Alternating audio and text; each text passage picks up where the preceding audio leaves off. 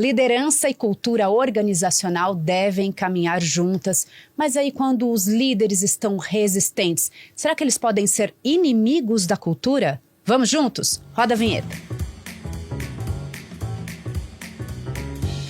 Fala, TID, a gente está aqui, Igor, com alguém que parece que já é bem conhecido e claro que foi uma ótima coincidência, e a gente vai falar de assuntos aqui um pouco polêmicos, então bem-vindo, Igor. Opa, mais um papo super animado, começando mais um episódio do Fala TID para levar um pouco mais de ideias, assuntos e destacar a importância para quem atua no desenvolvimento de pessoas, desenvolvimento de organizações com maior performance, com melhor colaboração, e tenho certeza que o papo hoje vai ser especial. E esse nosso convidado tem história com o Igor, tem história com a ATD, é o Rolando Pelliccia. Ele é consultor e coach executivo, mais de 30 anos de experiência em aprendizagem organizacional, cultura, desenvolvimento de liderança. Ele é sócio da GTR3S, é isso? Já assessorou? G3. G3, ok. Já assessorou aqui altas lideranças no Brasil e América Latina, projetos estratégicos, identidade cultural, gestão de pessoas. Tem passagens em grandes corporações como Petrobras, Citibank. Especialista em clarificação estratégica e desenvolvimento de ambientes de aprendizagem. É bastante coisa, gente. Além dele ser apaixonado por potencializar pessoas. E hoje a gente vai falar de pessoas aqui que são os líderes. Não dá para eles serem inimigos, não é? Bem-vindo, Rolando. Obrigado, Liz. Obrigado, Igor. Prazer estar aqui com vocês. Vamos lá, então. Líderes criam cultura ou é a cultura que cria os líderes? Essa assim para quebrar o gelo? Já para começar sim. Ambas coisas são verdade. Essa é uma das vantagens de ser consultor, né? Que a gente pode usar o ambas coisas são verdade, a gente pode usar o depende. A cultura molda os líderes, claro. Mas, ao mesmo tempo, os líderes com seu comportamento cotidiano, né? Com o artesanato, na gestão de pessoas, nos diálogos, nas pequenas e grandes decisões, moldam a cultura.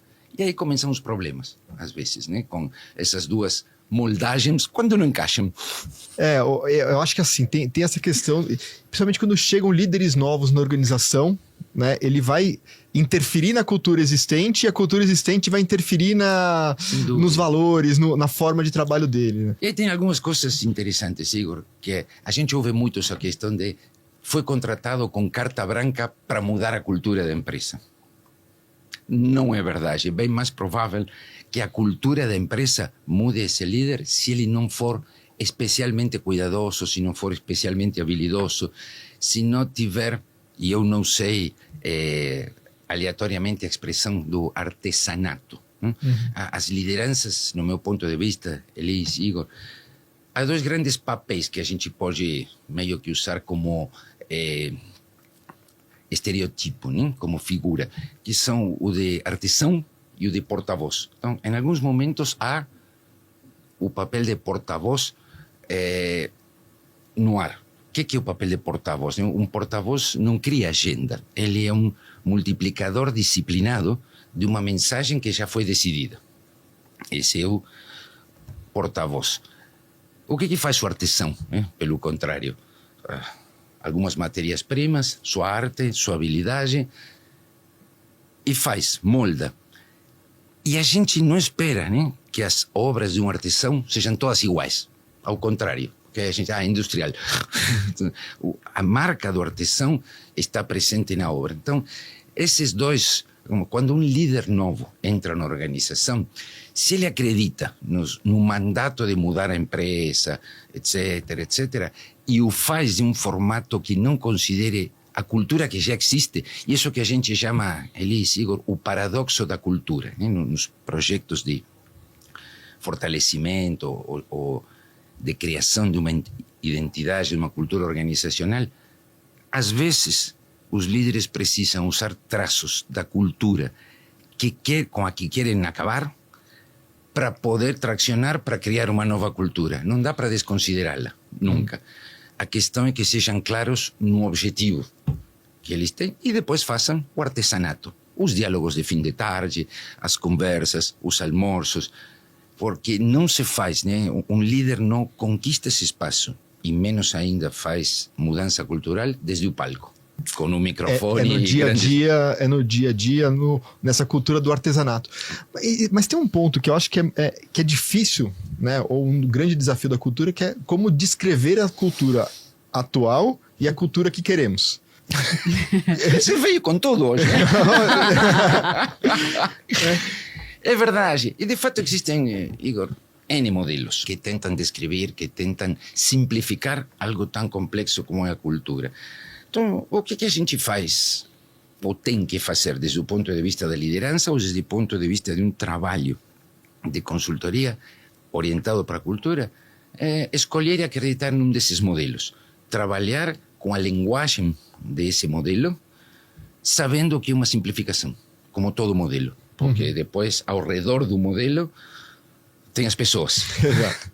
As pessoas atrapalham, né, o modelo. As pessoas atrapalham os modelos, né? Seria tudo bem mais rápido. Mas, falando sério, o modelo organiza, o modelo ajuda, o modelo cria uma linguagem comum e gera concordância quanto a como estamos e aonde queremos ir. Agora, a partir de aí, é trabalho da liderança. Uma vez mais, o artesanato. E o porta-voz, né? Também o líder inspirador, o que fala abertamente, né? Para essa comunidade que é a empresa, o que quer, para onde quer ir. E trabalhar pela adesão. Sabendo que em qualquer processo de cultura organizacional vai perder gente. Uhum. Vai perder gente boa, vai fazer com que outras pessoas mudem e vai encontrar pessoas que estavam meio perdidas em uma cultura determinada e se entusiasmam com a nova e aparecem. E aí está o trabalho dos líderes, né? A sensibilidade, o radar de entender qual é o impacto pessoal dessa ideia de mudança cultural que um líder trouxe, que um líder novo, né? Trouxe, mas sozinho. E estamos falando sempre de líderes e de empresas e de culturas de capital aberto, etc. No mundo das empresas familiares é outra coisa, né? Vai ficar um pouquinho mais complicado daí se for nesse caminho. Tem gente que fala que não tem cultura, né? Não, isso daí é a cultura do dono. A cultura do fundador, né? A impronta do fundador, que em geral ajuda e muito, até que chega um momento que pode atrapalhar esse próprio fundador, e a gente cansa de ver casos nesse sentido, mas não dá para negar que os critérios de escolha do fundador, o histórico do fundador, quando ele está presente, tem um impacto fortíssimo. Então, é uma liderança, claro, mas é outro tipo, né, de liderança, é o verdadeiro ownership. Sim. Rolando, é claro que a cultura existe desde sempre. A cultura organiza, qualquer empresa tem cultura desde sempre, mas nesses últimos tempos a gente tem falado de precisar ter o fit cultural para entrar numa instituição, numa organização, e mais ainda dessa liderança, porque se não tiver, a gente sabe que vai ter problemas. O que mudou? Se a cultura sempre existiu, se ela sempre existiu, por que agora ela é tão fundamental para que a gente faça as pessoas se envolverem e gerar performance? Por vários motivos, Elis, mas há um deles que é interessante, que é o modo de olhar para as pessoas mudou. Para além daquela questão de recursos humanos, ou talentos, ou gente, pessoas, para além das palavras, o modo de olhar para as pessoas mudou. Então, um líder sem fit cultural em uma organização, entrando numa posição de autoridade, podia fazer uso justamente da autoridade do cargo e trabalhar com base na obediência das pessoas à autoridade do cargo. Hoje em dia, né, os seres humanos que a sociedade cria, e alguns deles escolhem ir para o mundo corporativo, não aceitam mais isso. Então, a questão é por que se fala de cultura? Porque a cultura é a ponte para reter cada vez mais em condições de maior compromisso, né, e de maior saúde e dignidade, saúde social e dignidade, as pessoas que estão na organização. Então, se eu não tenho a autoridade, o que eu tenho? A influência para exercer os cargos de liderança. Agora, há um paradoxo interessante, Liz, na tua pergunta, porque a gente busca muito o fit cultural, Mas o fit é semelhança. E se eu quero mudar a cultura? Então, Mas será que a gente quer mesmo mudar a cultura? a Você gente tem que fica muito nessa ideologia de que A gente tem que precisa. acreditar, pelo menos a princípio, nas declarações dos líderes que falam disso. Depois a gente verifica se há integridade entre o discurso e a prática. Mas um aspecto interessante que a gente já tem discutido muito com pessoas da área de recrutamento e seleção e demais, é o tal de fit cultural. E a gente está trabalhando mais, ainda que pareça uma sutileza, com fit de valores. Porque são esses valores que vão sustentar alguém dentro da organização, querendo uma mudança cultural ou querendo uma manutenção cultural, o que também é válido.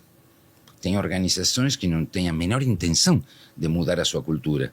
Ao contrário, estão satisfeitas, já são fortes, já são uma fortalecer a marca própria cultura. em fortalecer a cultura.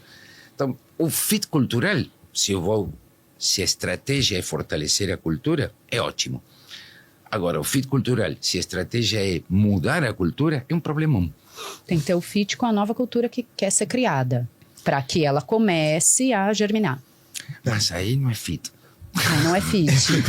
Aí é É uma outra aventura. coisa. Ah, perfeito. Gente, aí não é fit, tá? Aí é uma trilha. aventura. É uma trilha para ir para... Porque, É um experimento. Daí. claro, Perfeito. claro. Porque a ideia do fit, estou brincando aqui, mas a ideia do fit é se parece com o que temos. Pelo menos assim é como pensam muitas pessoas, muitos profissionais de RH. Quando eu quero algo diferente do que temos, vou trazer alguém de tal empresa para impregnar a cultura. Teria que trazer 15 ou 20. Sim.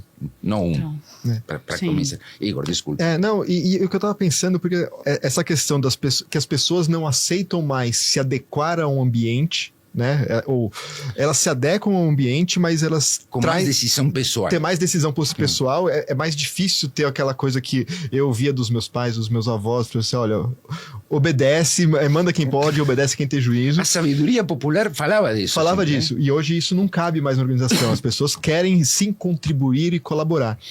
Mas eu sempre olhei por essas novas gerações chegando, né, das minhas filhas, que elas têm mais um alinhamento de propósito Claro, com a organização. Mas não é só propósito, é o como vai chegar naquele propósito, né? E aí sim esse fit cultural ou essa concordância Claro, cultural é essa- super importante. Essa trilha, eu costumo falar muito de trilha, não no sentido de trilha de desenvolvimento, mas trilha mesmo. Você sabe, eu tenho 4x4, gosto, ando por aí de vez em quando, e é um bom exemplo a trilha. Porque você tem uma ideia de caminho, mas aparecem coisas no meio. E quanto mais aparecem, mais divertidas são. Salvo que sejam impossíveis. Mas, ou extremamente perigosas. Mas o divertimento é o caminho. Então, agora, voltando a algo que você colocava, o trade-off essencial, o trade-off primário da relação entre as pessoas e as organizações mudou, e mudou muito. Em espanhol se dizia, donde manda capitán, não manda marinheiro. Boa. Eu te ofereço estabilidade e eu te peço tua disciplina e tua obediência. Durante anos, as pessoas trabalharam nesse trade-off. Teus pais, meus pais, provavelmente eu mesmo. Eu também passei por No isso. início da minha carreira e demais.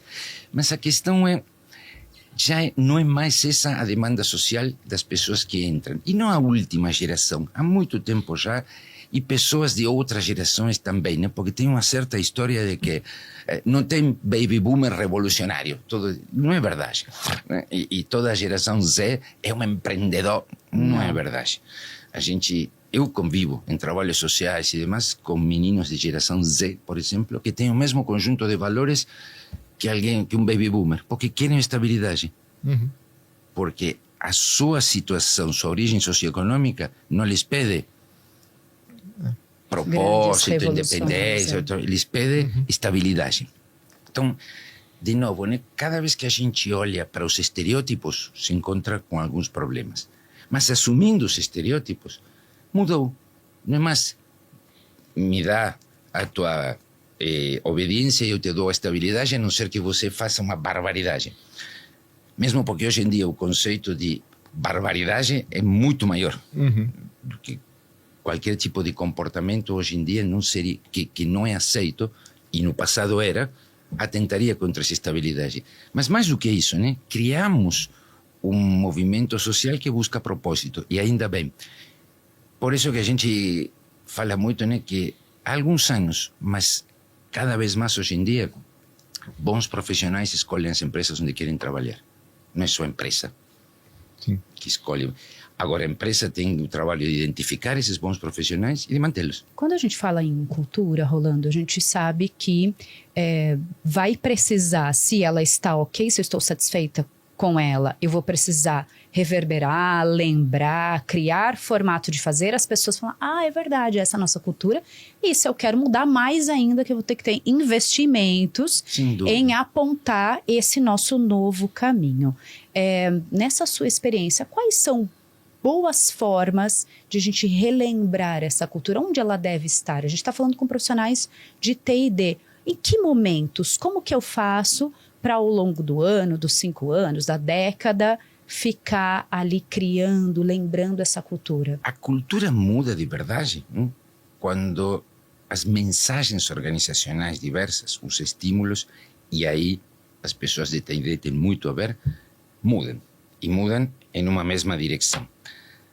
A principal mensagem, pensem em vocês mesmos, nas suas experiências profissionais, a principal mensagem, a mais forte, é o comportamento dos líderes. Uhum. E vê que estou falando de comportamento, não o discurso dos líderes, porque com alguma frequência são diferentes. Obrigado. Não queria ser eu a falar isso. Sério, é verdade. Nossa. É raro, mas acontece sempre. Então, a gente costuma dizer, né, quando as pessoas acreditam, ou veem, melhor dito, que seu líder, cotidianamente, se comporta como está dito nas paredes, esse é o maior estímulo, esse é o melhor estímulo. Quando veem que não é assim, não tem outro estímulo mais forte que esse. De novo, a sabedoria popular costumava dizer numa época, né, que as pessoas se demitem de seu chefe, não da empresa. Por quê? Né? Porque quem cria o ambiente onde eu vivo cotidianamente, que me dá satisfação ou frustração, que me entusiasma ou me cansa, é o meu chefe.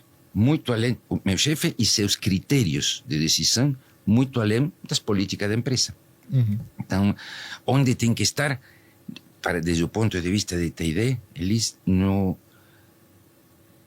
eficacíssima educação e apoio a esses líderes. E, de novo, não é só educação, também apoio, né? Porque o líder pode ter dúvidas, né? O líder pode precisar de apoio muito além de um programa formal de treinamento.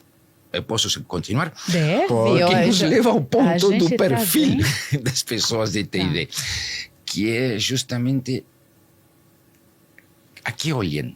Quando, por exemplo, uma organização diz queremos um processo de fortalecimento, de mudança ou de clarificação da nossa identidade estratégica. A gente funciona todos os dias, mas quem somos? Como somos?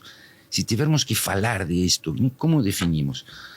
E aí, inexoravelmente, cai no RH e mais ainda cai em T&D. A questão é, de que falam as pessoas de T&D quando falam de cultura organizacional? De um conjunto de artefactos. Então, vamos tirar as paredes. Tá burocrático vamos demais. Colocar vagas iguais para todo mundo. Né? Isso não resolve. Pequenas demonstrações que é trocar o quadro na parede por uma... Que são peças que ajudam. Mas tem um perigo. Porque o movimento é sedutor. Todo mundo gosta do que viria atrás disso. E depois os líderes continuam agindo como antes. Né? Então, eu não tenho mais porta, mas tenho uma plantinha. Ainda assim ninguém entra. Ou as vagas são todas iguais, mas todo mundo sabe que aquela não pode parar. Porque... Exato. Então, não é... Claro, os símbolos são importantes, não há a menor dúvida. Os símbolos dão o contexto. Mas a questão é como faço para que o conjunto de líderes da organização, primeiro, e depois muita mais gente, se mexam no mesmo sentido. Se comportem mesmo dessa forma. Que é o comportamento. Tem Voltamos ao artesanato. Sim. Tem a frase famosa, né? Que a cultura come a estratégia no café da manhã.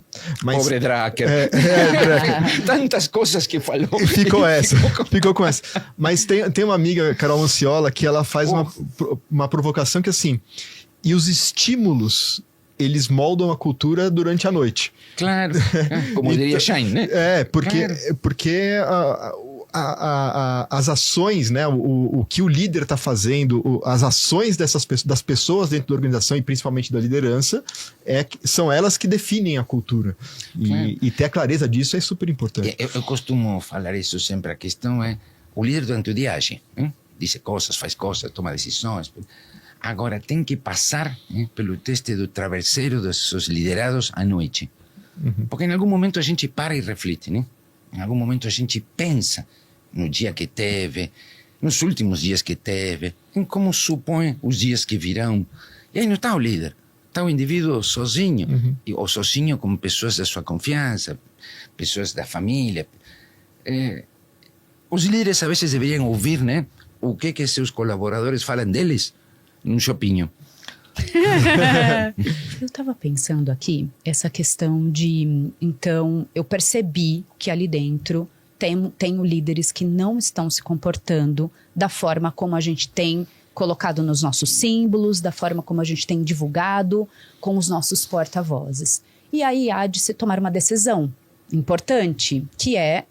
Ou eu assumo e faço aquela famosa vista grossa, que tudo bem, ele entrega resultado e performance, mas isso vai depor quanto à minha cultura.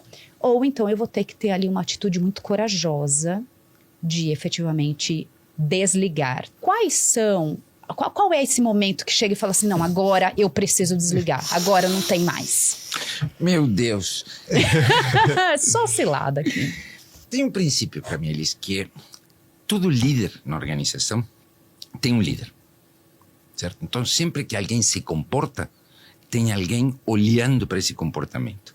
Então, sempre tem uma questão de estilo desse observador, de fit cultural, de paciência, mas alguma decisão tem que ser tomada. Então, a grande pergunta que a gente discute sempre, que eu discuto sempre com executivos e demais, é: para você, quem tem a segunda oportunidade? A clássica, né, de Jack Welch, para aqui.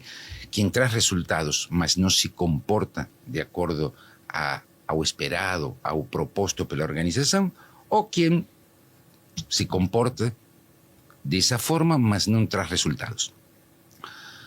A resposta a esse dilema é uma das respostas definitórias da cultura da organização. Não tem jeito. Agora, lembra que eu dizia, se levado a sério, se tratado com integridade, com consistência, todo o processo, seja de manutenção ou seja de mudança, tem seus heróis, tem as pessoas que prosperam, tem as pessoas que aparecem nesse processo e tem pessoas que, por decisão própria ou de outros, vão sair.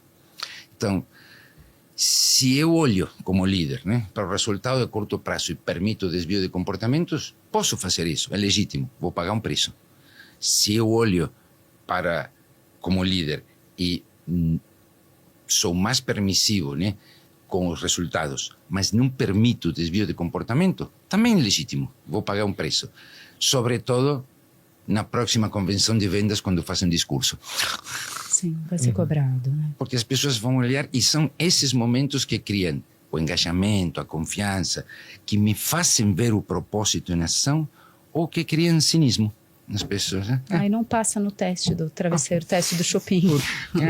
Agora, tem um ponto que para mim é importante, Elis, Igor, que a gente está falando, que é: os líderes não dedicam tempo, energia e foco suficiente à questão da cultura. Conversa com líderes, eles falam de cultura, mas não dedicam tempo a moldar a cultura, a trabalhar a cultura, sempre tem alguma outra coisa. E estou falando de líderes seniors, né, da organização, aqueles cujos comportamentos reverberam, né, ecoam pela organização. Então, se fala, mas não se pensa, não se faz. Em que reunião rotineira de comitê executivo o assunto fit cultural entra como pauta frequente? Você tem esperança ou expectativa? Ou vê que está mudando alguma coisa? Porque mudou o fato das pessoas não ficarem, não aceitarem mais tanto isso. Mas você sim. vê que isso está Sim, sendo obrigado? Por dois bons motivos. Elis, a primeira coisa, como a gente aborda o assunto cultura? Cultura é um assunto de negócios. Não é soft, não é fã-clube.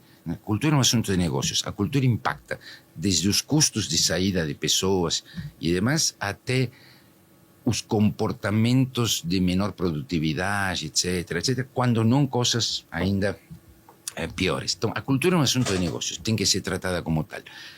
Instalada como assunto de negócios e instalada como aceitação de uma tendência social que excede ao mundo corporativo, pelos melhores motivos e os piores motivos, ela tem chance. E eu tenho esperança. Porque, Ai, que bom. Que feliz. porque os melhores motivos são, como a gente vê por aí, inclusive em algumas organizações clientes nossas, que às vezes elogiamos clientes nesse sentido, pelos melhores motivos por crença, por convicção. E nos piores motivos, porque não prestar atenção à cultura custa caro. É mais, tem um estudo do Anthony Robbins, um professor de Harvard interessantíssimo, que fala de valores e o valor da palavra e demais, que diz que o comportamento dos líderes é o mais caro, individualmente, de um conjunto de fatores de perdas organizacionais que ele levantou. Por que o mais caro? Porque impactam até 2,5% de receita. O David McClellan, clássico há muito tempo, ele diz que o comportamento dos líderes é responsável por até 70% do ambiente de trabalho, da predisposição ao esforço extra das pessoas, do desejo de ficar das pessoas. E esse ambiente de trabalho é altamente responsável dos resultados da organização. Ou seja, se eu tenho um arquipiélago de equipes em uma organização, dando o melhor de si, conseguindo resultados e demais, essa organização tem melhores resultados. Isso explica por que qualquer pesquisa de clima organizacional, de engajamento organizacional, tem resultados tão diferentes na mesma empresa, com as mesmas políticas. Porque no meio tem gestores, líderes, com critérios diferentes. Que estão puxando a corda para um lado ou para o outro. Por isso as pessoas se demitem do seu chefe, ou pelo menos buscam uma transferência. E a questão, assim, todo mundo... Eu acho que o mundo hoje prevê um imediatismo nas decisões. E mudança de cultura não é uma coisa que você muda uma rota e faz. Você pode ter uma decisão, mas leva tempo esse processo. Como tranquilizar as pessoas para dar tempo ao tempo? Outra vez o TID no meio, né? Sobretudo a parte do D. É importante, como em qualquer outro processo, claro, a decisão tem que ser rápida e firme. Tem vários estudiosos que afirmam que um projeto de mudança cultural, para começar a estar sólido, não poderia demorar mais de um ano. Se demora um ano e não encaixou, não começou a ver os cimientos, não é esse o caminho. Essa cultura está atentando contra algo maior, né? Como o propósito da empresa, ou não combina com a estratégia. Contra as pessoas que estão lá. Vamos supor que vai tudo bem. Esse é o papel das pessoas de desenvolvimento, como consultores internos, como business partner, como a gente quer chamá-los, mas é um papel que vai muito além de sala de aula. É o papel de entender de cultura e ajudar os líderes a saber que tem uma decisão tomada, que tem uma urgência social, né? Porque a gente é todo micro, né? Micro-learning, micro-esto, micro-outro. Este processo não é assim. E os líderes vão ter que se adaptar, vão ter que trabalhar, que não há mudança cultural. Pode até haver uma decisão em papel rapidinha de mudança cultural. Mas não há mudança cultural de verdade. Quando há mudança, porque de novo, né, a gente tem o fortalecimento, que às vezes esquecemos. Sim. Mas quando há mudança cultural, isso não se faz. A gente costuma dizer que exige uma geração gerencial. Tá. O seja, não uma geração de idade, mas um movimento dentro dessa comunidade que é a organização, um movimento de quase uma geração de novos gestores que já cheguem com comportamentos determinados, com ideias determinadas e com predisposição a alinhar discurso e prática. que também nessa mudança de geração de liderança, para aquelas organizações que querem manter a cultura, é o outro desafio de solidificar essa cultura para... Mas, ao mesmo tempo, manter arejados os espaços, né? Sim, exato. para que as pessoas tenham, de novo, os que a sociedade mandou para dentro do mundo corporativo querem crescer. Sim. Como criamos esse espaço? Darwin explicava bem essas coisas, né? Mas ainda assim, isso que eu dizia, Elis, Igor, muitas vezes não se presta atenção a esses intangíveis. A gente costuma dizer que há tanto cuidado, né, no tangível, a vaga, quanto no intangível. Ou seja, como estamos pensando a movimentação a futuro. Nós costumamos trabalhar muito com criação de cenários. Você quer uma cultura assim, assim, assado. Ok, vamos pensar um dia. Como vai ser? Em uma situação tal, a nova cultura, você vai ter que agir como? E como ajudar as pessoas, né, a tangibilizar, a visualizar. E aí, de novo, os líderes não dedicam tempo à cultura e as pessoas de T&D estão comprando as partes visíveis e tangíveis da cultura, que não é tudo. Então, há também um trabalho de T&D de aprender a comprar processos de mudança cultural. Não só com consultorias e demais, mas se preparar para a mudança cultural e demais.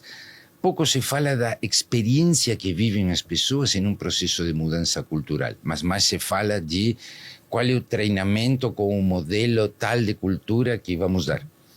Ou quais são os exemplos pontuais que vamos fazer. Que isso também é importante, né? Que isso também faz parte do...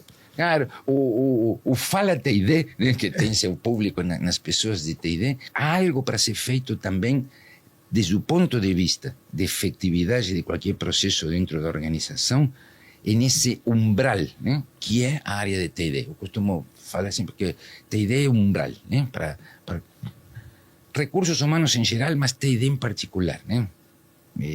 Onboarding, desenvolvimento, treinamentos formais, claro, disposição para ajudar e ouvir, etc. A própria figura do business partner, né? Quando a gente olha, há um repertório único na área de T&D para apoio à organização.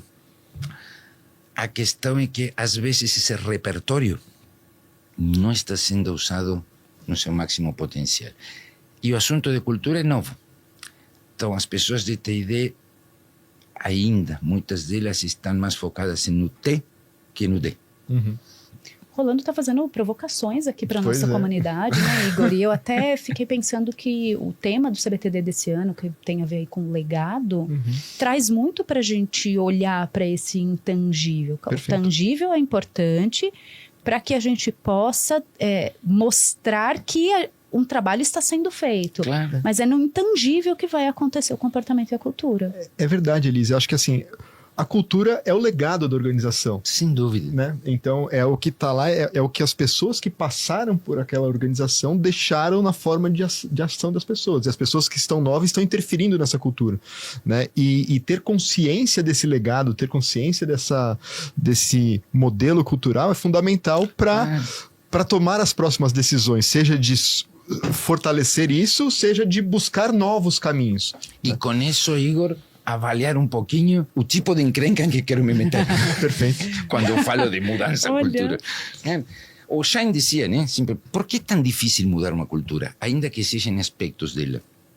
Porque, em geral, ela é o resíduo do sucesso do passado. Porque senão não teria se transformado em cultura. Perfeito. Então, de repente, eu digo, mudança cultural. Mas as pessoas viveram. Viemos até aqui com isso, por que vamos mudar, né? Exatamente. Agora, a questão é, o mundo ao redor muda. Né? O mundo ao redor gira, muda. Nós somos porta-vozes, né? do VUCA, do BANI, e daqui a pouquinho vai aparecer algum acrônimo novo que fala de quão inestável é tudo, né? E isso excede a organização. Por isso que eu falo sempre da questão dos seres humanos que a sociedade manda para dentro da empresa. Que antes queriam, hoje elegem. Como, agora, as coisas mudam, claro. Então, a cultura do passado foi base do sucesso do passado. Isso. Estes dias eu estava falando, historicamente a gente tinha um exemplo, né, que é a questão do chapéu. Né? Um momento dado se deixou de usar chapéus, todo mundo dizia, puxa, os fabricantes de chapéu têm que entender, né, que seu negócio é a moda, não o chapéu, porque senão vão quebrar, etc. Ou fabricam bonés.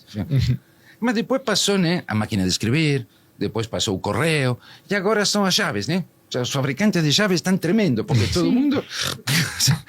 Hoje, com o rosto e o dedo, eu não preciso mais de chave. Então, falamos dos chapéus dos anos 30 e do que está começando a acontecer com as chaves de casa.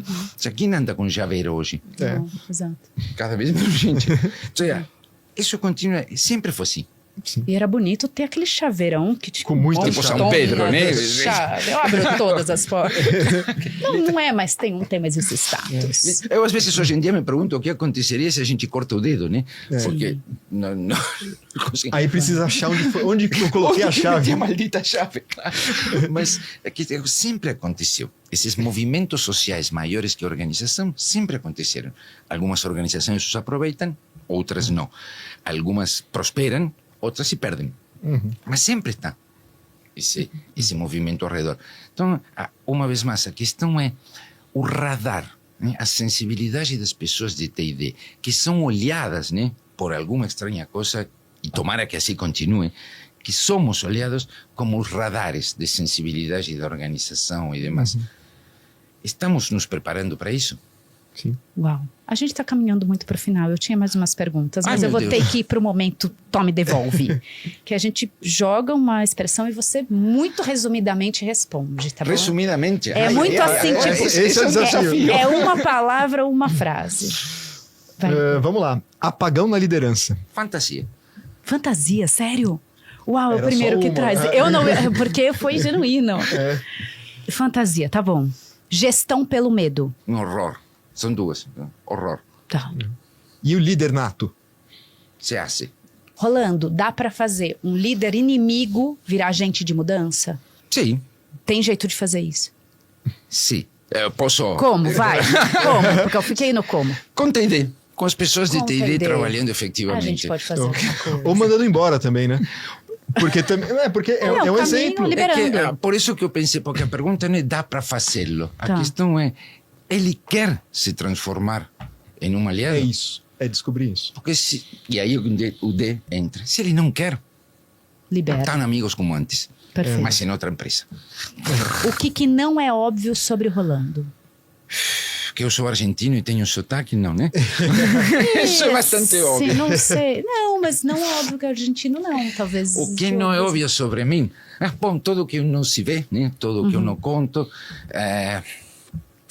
Tem algumas coisas das quais eu gosto muito e algumas pessoas não sabem.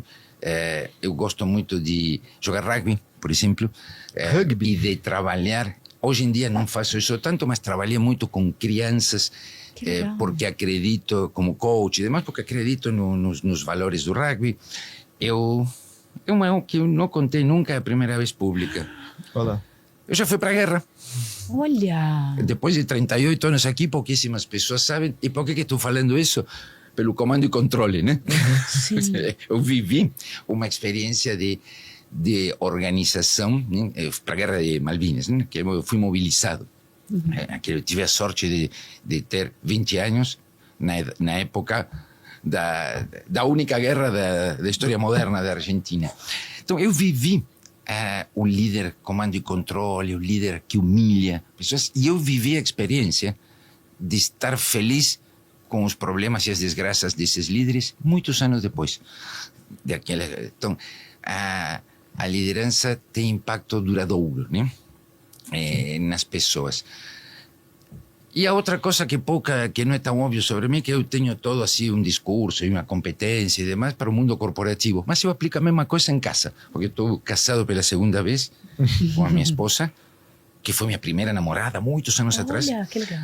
Chegamos nesse casamento, ela com 3 filhos, eu com 4, com histórias diferentes e demais, filhos entre 40 anos hoje em dia e 19. Não há merger no mundo que seja mais difícil que esse.